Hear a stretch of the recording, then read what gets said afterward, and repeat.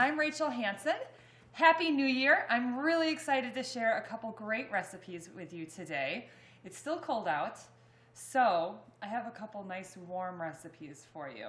And because we're in Wisconsin, they're cheesy and delicious as well. The first one we're going to start with is a skinny mac and cheese. Everybody loves macaroni and cheese, but I'm going to teach you a healthier version that's going to get some great veggies in your diet, and it's really going to help you jumpstart your New Year's resolution with healthy eating.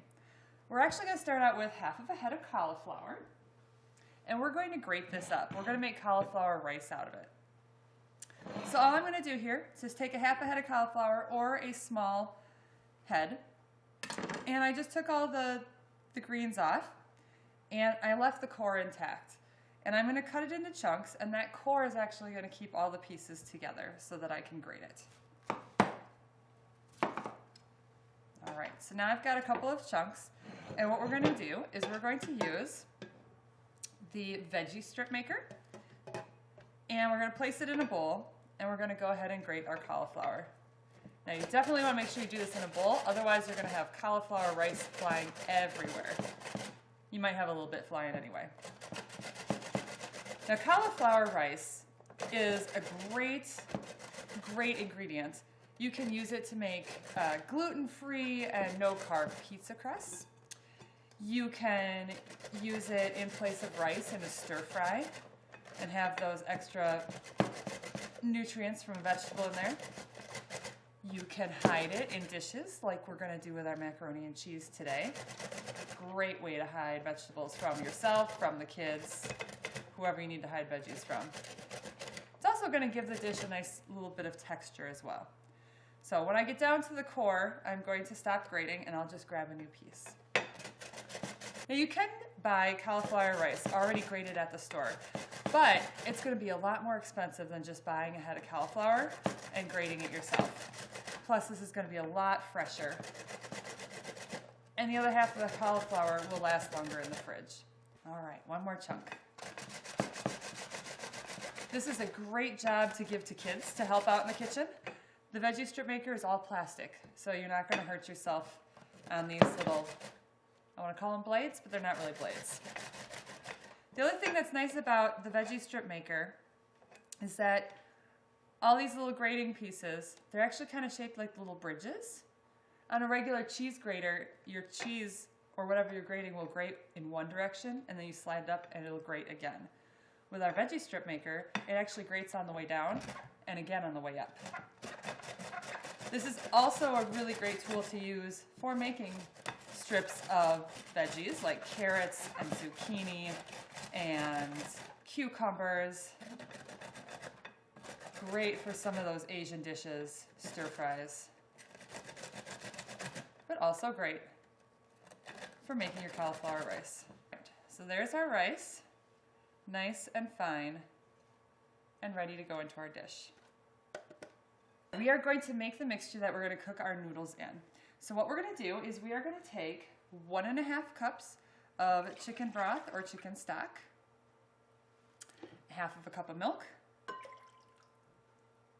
and 2 tablespoons of flour. And we're going to whisk that together. Now, cooking noodles in chicken stock or chicken broth instead of just in water is going to give it a nice savory flavor. Nice rich flavor. It's delicious. Get the rest of this stock mix out of here.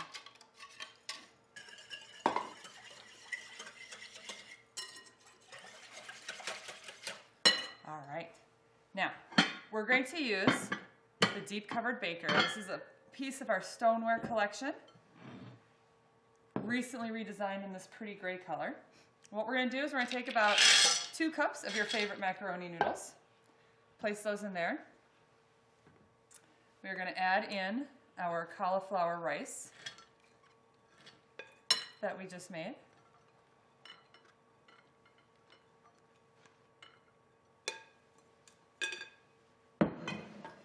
And then we're going to just pour our broth mixture on top.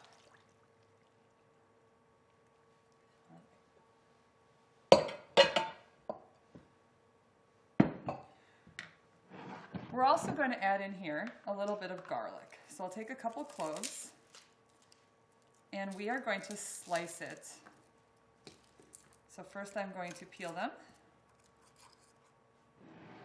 with the garlic peeler.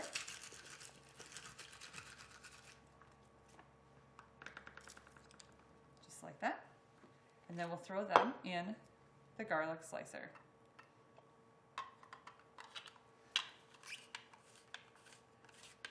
And we'll just throw these slices of garlic right in with our noodles and our cauliflower rice. Now you can slice garlic or you can mince it. When you slice your garlic, you actually are going to get a more mild garlic flavor than if you mince it, which is deceiving because you have these larger slices in there versus when it's all minced up. And so sometimes people get confused as to why. But here's the thing.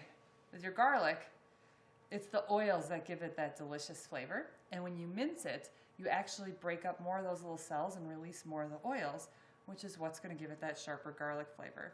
Whereas when you slice it, you don't release as many of those oils, so you still get your garlic flavor, but it's a little bit more mild. So that's a great tip. So depending on what kind of dish you're making and how flavorful you want that garlic to be, that's one way to determine if you want slices or minced. All right, we're just going to go ahead and mix this all together. So we've got our noodles, our stock, our milk, our flour, cauliflower rice, and some garlic. Now at this point, we are going to just take this, we're going to cover it, and we're going to throw it in the microwave.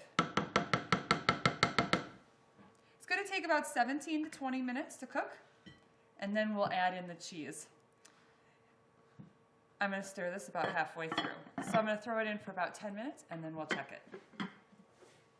Our pasta has come out of the microwave. So let's see how it looks. Yum. So here we've got our noodles are cooked, and we've got our cauliflower in there, and it absorbed all of that liquid that we put in there. Now we're going to add our cheese. What we're going to do is we've got some sharp cheddar, an 8-ounce block. I'm just going to go ahead and grate that. I grated part of it already. Here's the rest.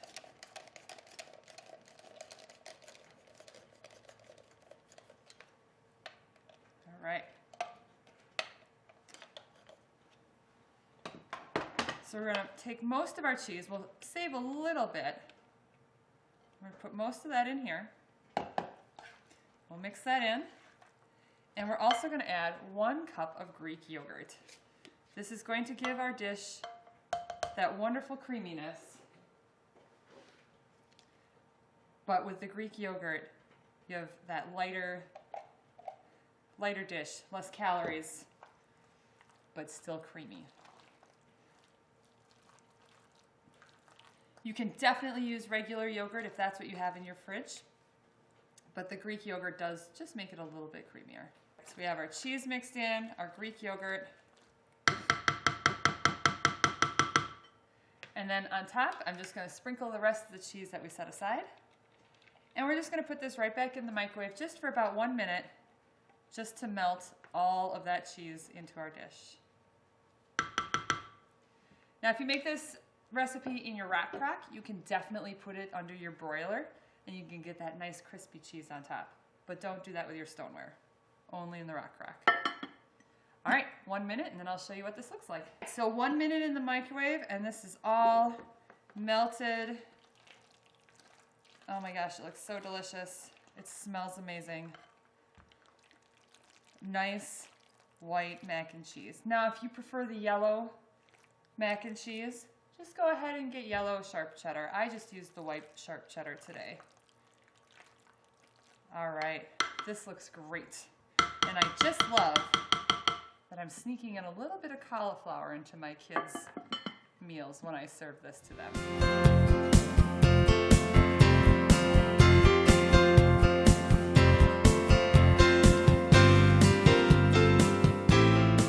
The next recipe we're going to make is a really fun one. This is a great appetizer for tailgating for a football party, and it's a great dish that you can make for yourself as well.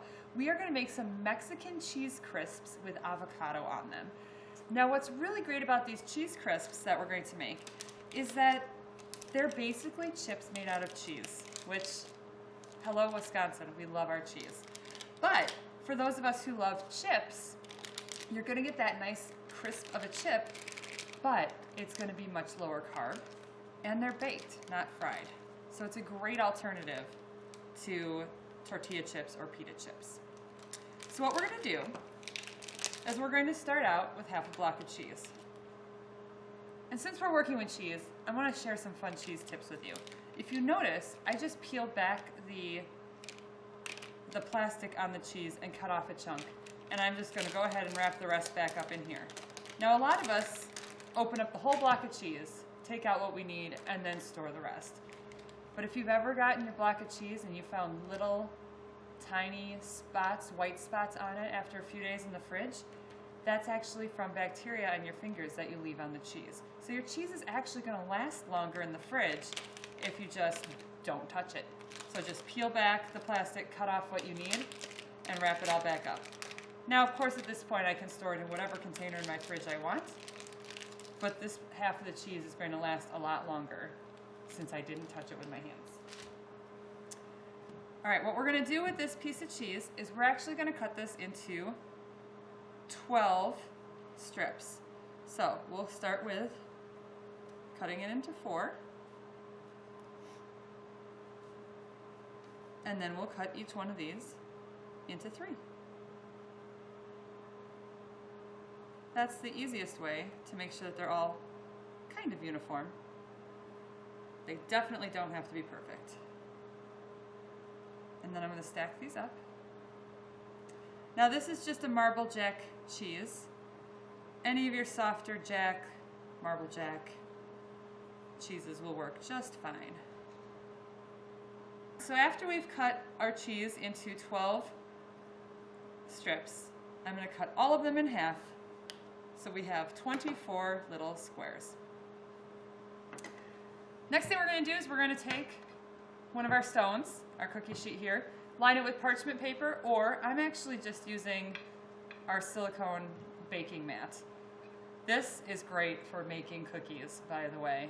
You can just take your scoops, your cookie scoops, and on one side of the mat it has little circles placed for all of your small scoops and your medium scoop, and the other side has all your circles for your large scoops. So you know exactly where to put your cookies so they don't all melt into each other in the oven. But instead of using parchment paper, I'm just going to use this for our cheese. So all we're going to do is we're going to arrange these on our stone, and then we're going to put this in the oven at 375. And these are going to go for,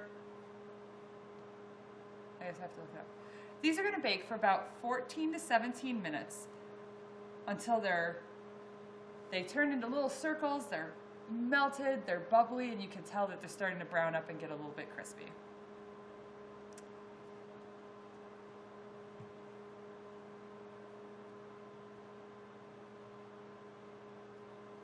All right, so we'll just space these out.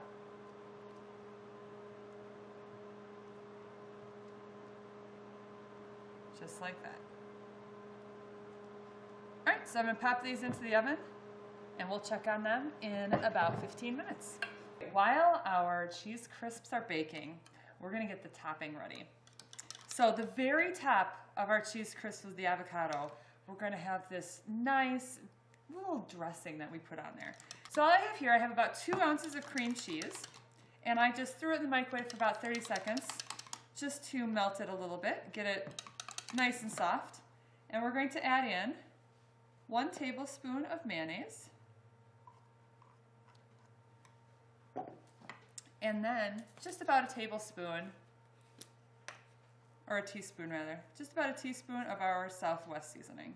If you like it a little more bold flavor, add a little bit more. Can never go wrong with the Southwest. So we're just gonna whisk this together, and then we'll set it aside and let the flavors mix. And you know what, just to thin it out a little bit, we're gonna add a little bit of lime juice. So I'm gonna take my lime, I'm just rolling it a little bit, pops open some of those cells inside, and releases some of the juice. Now when picking out citrus fruits, you wanna look for nice heavy citrus. The heavy ones are the ones that have lots of liquid inside. Lots of water means lots of juice. So I'm just gonna go ahead and squeeze out a little bit of lime juice, just about a tablespoon or two. We'll save the rest of this for a few more minutes from now. There we go.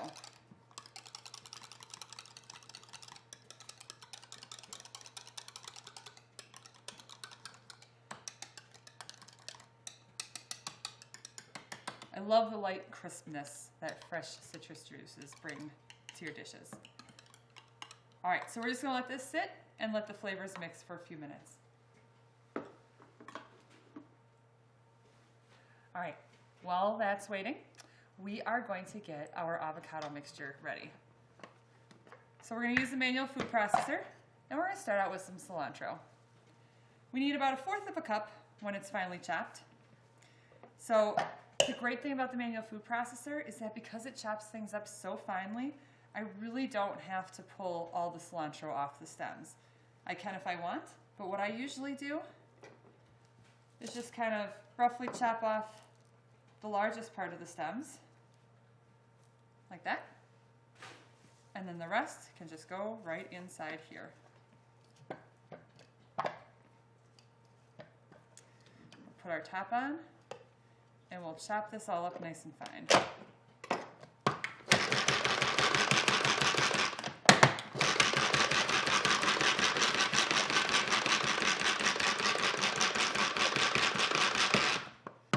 All right, to this, we are going to add a little bit of red onion. Again, we only need about 1/4 cup, so I'm just gonna take about half.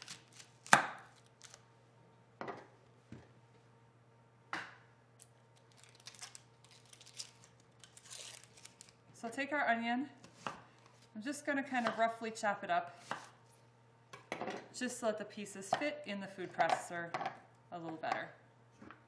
We'll put the top on and chop it.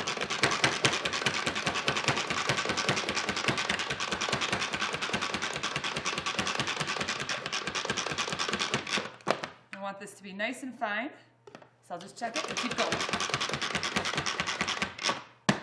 One of the best things about the manual food processor is that I have all the control over how finely or roughly chopped I want the food to be.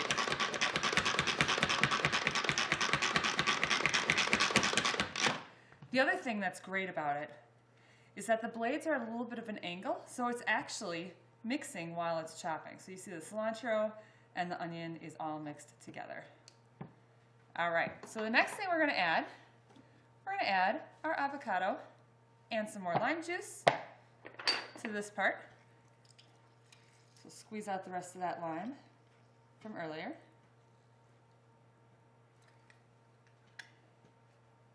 And then I'll squeeze the other half as well. Because I love lime in the avocado.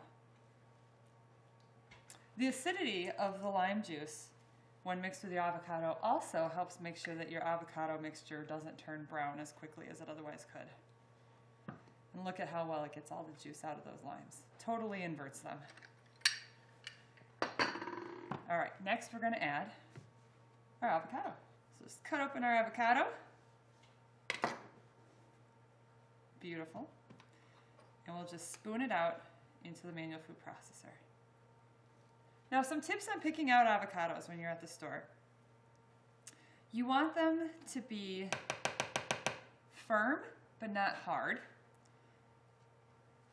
You also want them to be soft, but not mushy. There's this like fine line in between. The other thing you can do is the top of the avocados have that little base of the stem. And what you can do is if you pop that little piece out, look at the color that's underneath.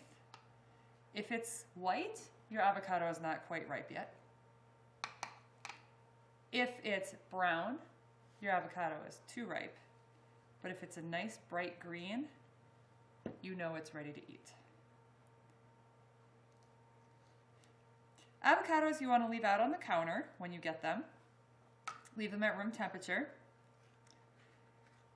Now, if they are getting to the point where they are ripe and ready to eat, but you're not going to eat it today, then you can put it in the fridge and it'll stay at that exact ripeness for a couple of days longer than it would on the counter.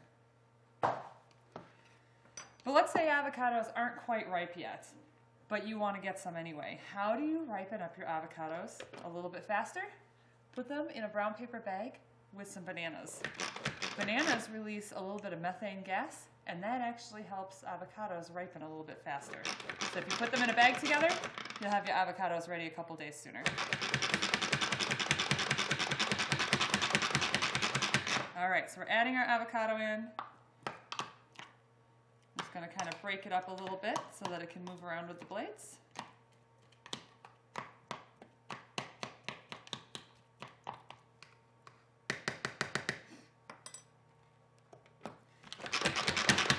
And we'll mash it up and mix it in.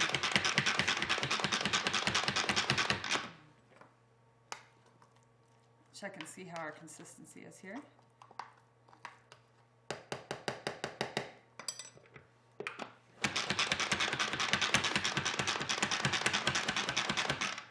This manual food processor is great for making fresh salsa and fresh guacamole.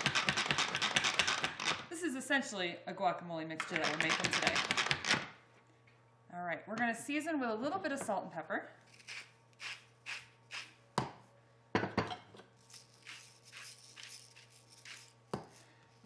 And I'll give it one more mix.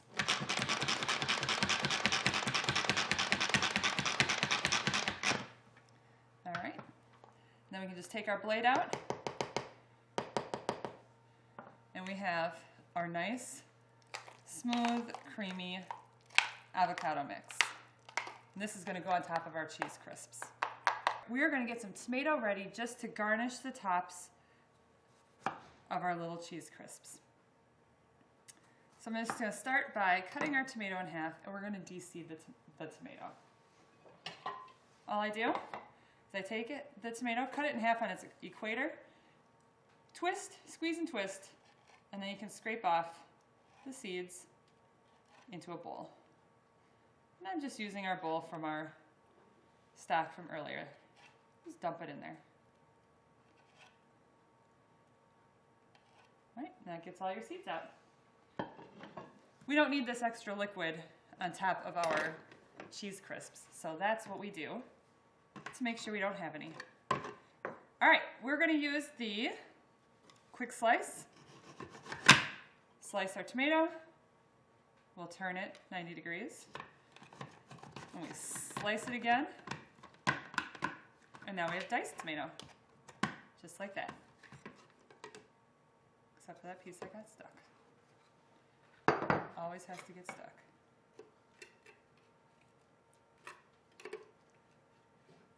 Show you my new little tomato. All right, so we'll do the same thing with the other half. Just slice one direction, pick up your tomato, turn it 90 degrees, slice again, and it's all diced up. All right, we'll set this aside, and as soon as our cheese crisps are ready, we'll pull them out of the oven, and I'll show you how to assemble these little appetizers. All right, our cheese crisps are out of the oven. Aren't these so fun? So you want to let them cook until they start turning brown and crispy, just like this. Now what we're going to do is we're going to transfer these to a cooling rack so that they can cool and crisp up a little bit.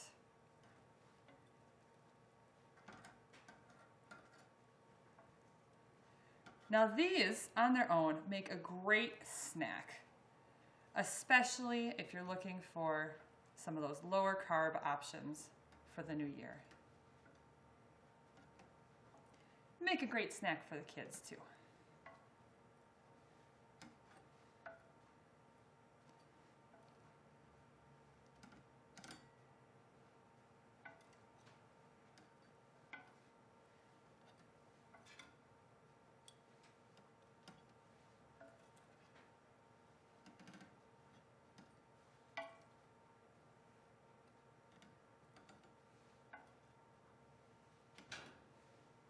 Find a spot for my super big one. All right, I'm just gonna get this stone out of our way, and I'll show you how to assemble these little appetizers. Here's a little bit on top, and there you have some fun little appetizers, and they're healthy and ready for the new year. A couple of great recipes lightened up for the new year, but you're still going to get that warm comfort food, that wonderful creamy macaroni and cheese, and some fun crispy appetizers. You get that creaminess from the avocado. You get the crispiness that's like a chip, but the healthier option, making your chips out of cheese and making your macaroni and cheese with Greek yogurt. I want to just say thank you to Sunshine Supper for letting us use their amazing kitchen again this month. And I want to let you know that these recipes are available on my website. If you want these recipes or any more information about any of the products you saw used today, go ahead over to pamperedchef.com and search for me, Rachel Hanson, or your local Pampered Chef consultant. Thanks for joining us today.